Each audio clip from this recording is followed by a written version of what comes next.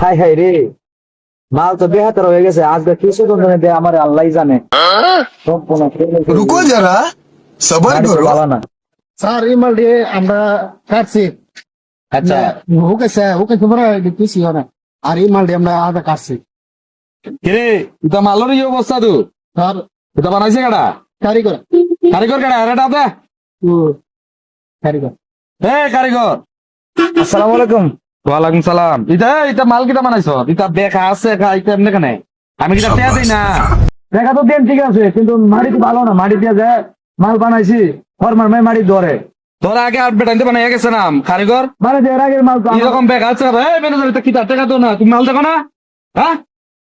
ভাই অন থেকে সুন্দর করে কাটবো সুন্দর করে কাট বেতন তো নাই টাকা কাটবা গোল্ডেন তার টাকা কিটা গাছের পাতা হ্যাঁ? আচ্ছা ভাই ঠিক আছে, আমরা সামনে ভালো ভালো সব ঠিক ভালো করো। করে- ভালো করার চেষ্টা করবো।